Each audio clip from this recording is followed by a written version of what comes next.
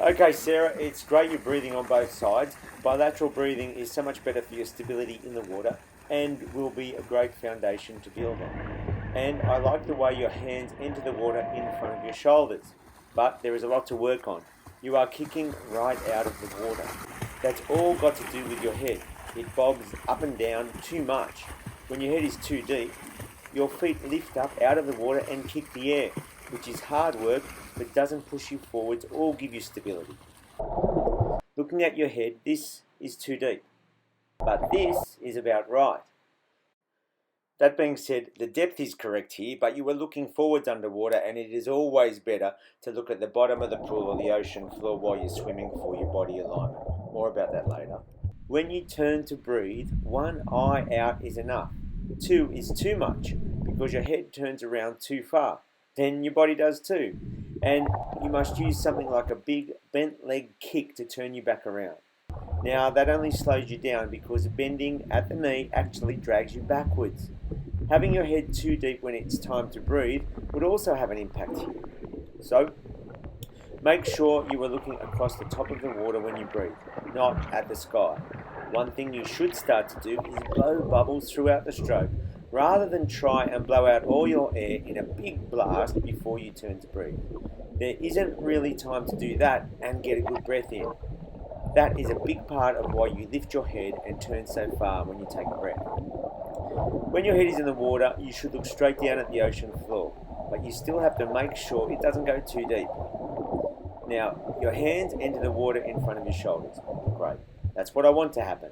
But when you are breathing to your left, your right hand swings out too far to the right, like the outrigger on a canoe.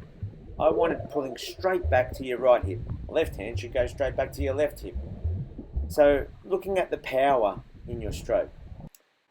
Both hands sink too far before you really grab hold of the water and push it mightily towards your feet. You have to make a real effort to catch the water as close to the surface as you can. First thing you need to do is get your fingers pointing to the bottom. So it's fingers down, elbow up, catch the water and push it back to your feet ASAP. Your elbow needs to be above or behind your wrist to do this.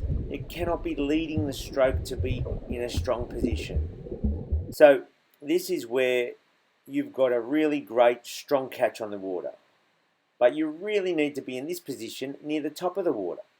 Take a look at these stick drawings showing you where your elbows, wrists and fingers need to be to increase your effectiveness. Making these changes is difficult because they involve working harder for longer in your stroke. So they will naturally improve as you get fitter, leaner and stronger. But I can't stress how important it is to think about them. An easy change to make is at the back of your stroke. You want to catch the water early, pull straight back to your hip and finish with a real thrust towards your feet with the thumb brushing past your thigh and the palm facing the feet as you exit the water. Take a look at the way you ninja slice your way out for an early exit. Another way to do it is to fold your arm early and lead the way out. No. That just releases all the water you have worked so hard to grab and push back to your feet.